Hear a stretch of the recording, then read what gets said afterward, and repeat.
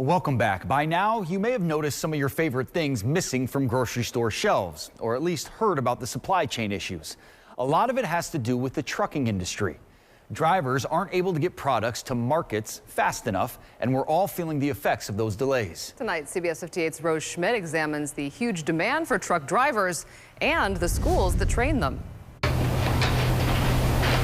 They may be just a phone call away. This is Casey calling with PDL drivers. But truckers are getting harder and harder to reach. Because I did see that you sent in your application to the truckers report. Casey Krangle spends his days doing this. Alrighty.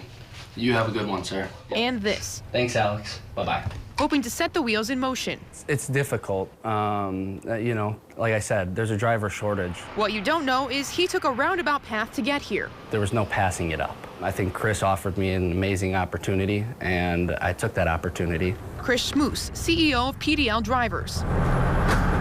At just 23 years old, Chris started his company out of his basement. The Milwaukee-based business supplies drivers to more than 1,000 clients in Wisconsin alone. But he's hit a bump in the road. It's one of the most difficult times that I've ever been through.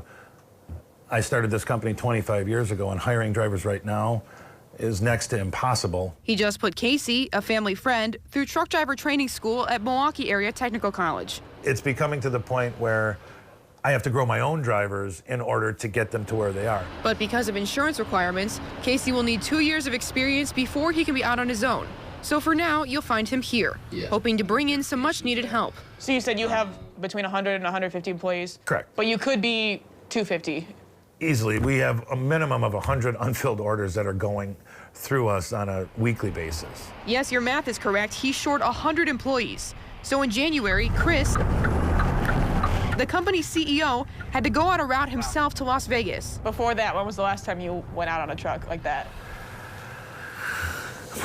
I don't know, that's hard to say, maybe 15 years now.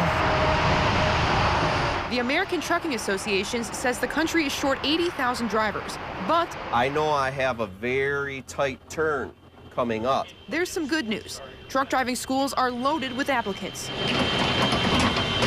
The demand right now for truck driver training is huge. I don't believe that the industry's ever seen this interest, this desire to become a truck driver. Dan Strajewski's classes are full.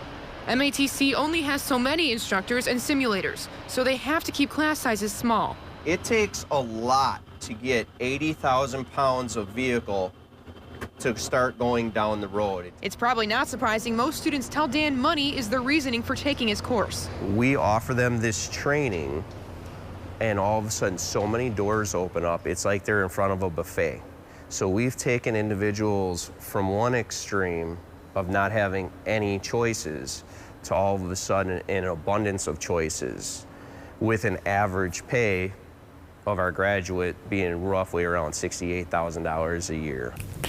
Let's take a step back and talk about why there's such a shortage to begin with. The problem existed before the pandemic, as baby boomers retire and more people go to college out of high school. And speaking of teenagers, if they're looking for a trade, trucking isn't necessarily a good option because you have to be 21 to cross state lines. And of course, the pandemic only made things worse. We do have that aging population, and with COVID, many just hung up their hats. COVID also affected fuel delivery. There were fewer drivers on the roads, so tank drivers got laid off and never came back to the field.